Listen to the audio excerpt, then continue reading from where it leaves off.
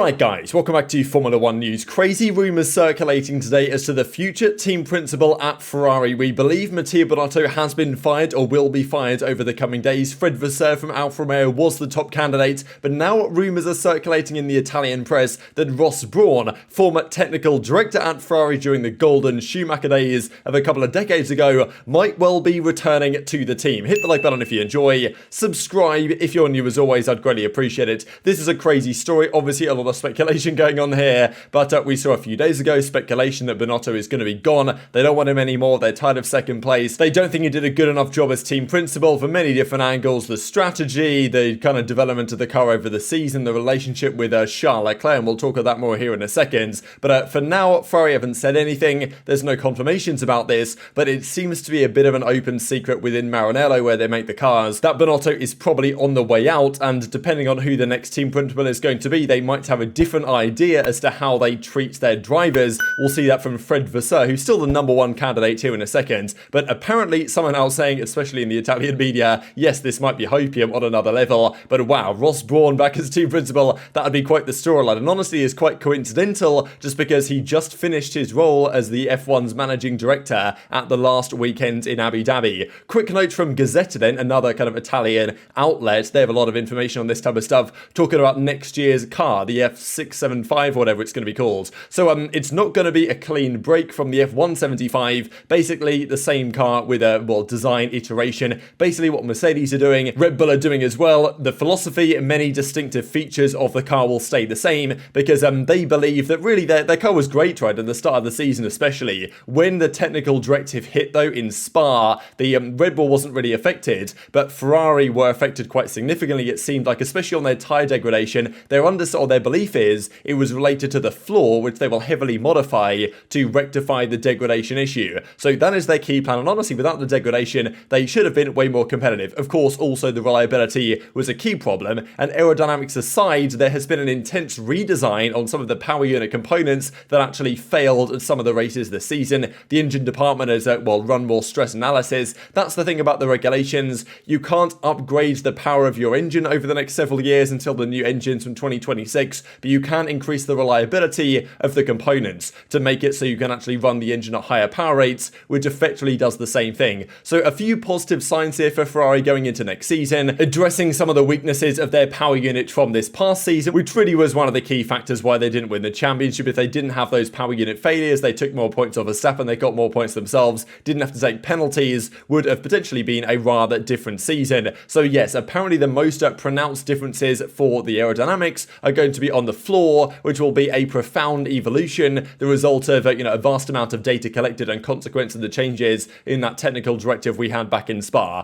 The 675, the next year's Ferrari, will adopt a new modified gearbox with a new clutch housing. As a result, the outer shapes of the box and also the location of the inner elements will change, etc, etc. That was also one issue that Ferrari powered cars this season had, was issues with their gearbox, getting poor starts. We saw it often with the Alfa Romeos, that a real issue with their gearbox Ferrari supplied, we believe. So yeah, basically that's what's going on there. A few fixes for the car, but of course they also need to fix their strategy and other issues around the team, and that might well take a new team principal. So Fred Vasseur from Alfa Romeo is currently the number one candidate, but his opinion on this is, and of course we didn't really see this season that, like, Ferrari never want to say that there's a number one driver, number two driver. Now that might be a different story, because as Fred Vasseur said last year, for the last 25 years, all of the good projects, all of the successful teams and drivers have been built around a reference driver, as he describes. Ferrari with Schumacher, Renault with Alonso, Red Bull with Vettel, Mercedes with Hamilton, and now Red Bull with Verstappen, you could well argue, for the last couple of years. So does it work for Ferrari to say, you know what, there's no number one driver, we will not benefit one driver in strategy over another, it's just, all out attack between Leclerc and Sainz. Now, Sainz, I think, is a great driver and did a really good job the latter half of the season, but in terms of raw pace and the one driver at Ferrari that could be the world champion one day, I think that Leclerc is more likely. And probably if they change team principal, their philosophy on who gets the preference basically might well change. Not just in terms of strategy if necessary, but also in terms of the way the car is designed, because obviously that's how Red Bull designed for Verstappen, and one of the reasons why Perez is so far off the pace. So the other side of this though is, what if Fred Vasseur isn't the team principal and instead it's this man, Ross Brawn? So for those of you that are newer to the sport, I'll kind of give a quick breakdown on Ross Brawn's career with Ferrari and even prior, and what he's done since then. But he was the technical director at Ferrari for quite some time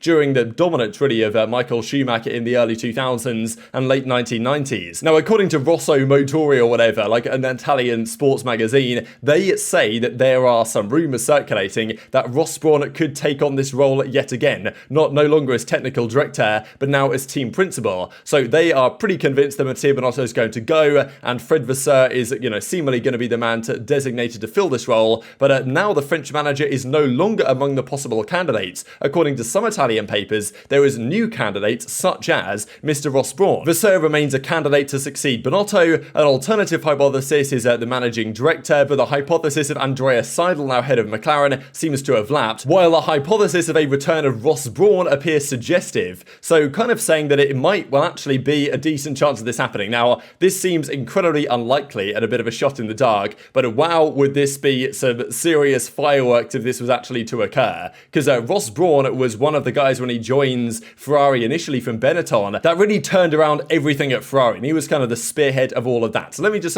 share a little bit of history here. This is, Michael Schumacher, of course, with Mr. Ross Brawn, and this is what it says on Wikipedia. Now, he's had a long career at many different teams, and he was at Mercedes briefly, and now he's working at Formula One, because of course it was Brawn GP in 2009 that won the World Championship with Jenson Button. Then that kind of came Mercedes. But he was at Benetton for a few years, winning the World Championship along with Michael Schumacher in 94-95 and at World Constructors in 95, and then joined Ferrari in late 96 with Michael Schumacher. So this is what Michael Schumacher did when he joined Ferrari, was he brought on a load of his crew. And Ferrari were, even then, a bit of a shambles, some strategy, operations, this type of stuff. And Schumacher brought some of his team, notably spearheaded by Ross Brawn, to become their, technical director and do a lot with their strategy. And he gets an awful lot of credit for Ferrari's, great strategy during that period in comparison to, before and after that time. So, Ross Brawn at Ferrari is a legendary figure. And the idea that similar problems that Ferrari have always had, really, apart from this Schumacher-Brawn era, are recurring today, and the possibility of a return there is quite something special. So, it's a remarkable storyline, especially just because very recently we saw this in Abu Dhabi, where Ross Brawn had confirmed earlier in the season that this season was going to be his last as Formula One's managing director. He's done many things. He was involved quite heavily in the aerodynamic changes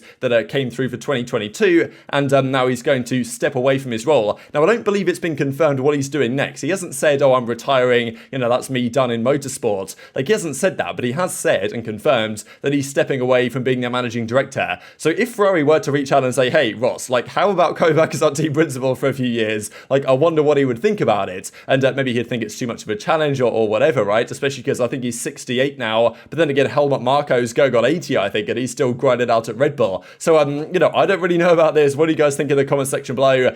For many reasons, it's a crazy storyline, and I'm sure that there's going to be a lot of hopium is the word that sometimes used from Ferrari fans, hoping this might well be the case. But, theoretically, Ross Brawn should deal with a fair few of the issues Ferrari have had the past season or so. But I just can't see this actually happening or being likely. I don't know. It seems like one of these crazy rumours that's coming out of these camps. But, honestly, who knows at this point? So, look, Fred Vasseur, as we say, he's still the favourite, and we believe, well, at least that is kind of the public perception. Some Italian newspapers might have a different idea. So, yeah, Mattia Binotto also, and the funny thing is as well, is that maybe Ross Brawn is thinking, you know what, there is a certain M. Schumacher available as a driver right now that might well want to be signed up as well. He's got some experience in a similar boat as well. But, apparently there's some discontentment around Binotto also not taking control of his drivers and losing Mick Schumacher as their junior driver from Haas. So a few reasons why Binotto is going to get binned off effectively. And, probably Mick Schumacher is going to go to Mercedes. But if Ross Brawn was to join in, or even if Vasseur's going to join in, it might well mean a different philosophy in terms of who's going to be the number one driver at Ferrari, and the implication of what that means for Ferrari going forward as well. A couple of quick things to mention before we close out the video. I thought an interesting statement here from Esteban Ocon, stating, look, this guy's very confident. Of course, he's coming off the back of beating Alonso in a season, and arguably, I think Alonso was a better driver this season, but reliability, etc., etc. Now, Esteban says the following: I'm convinced that I could compete against Max with the same weapons. If you don't believe in yourself, you have nothing to do in this sport. So I think it's a good point from Ocon, really.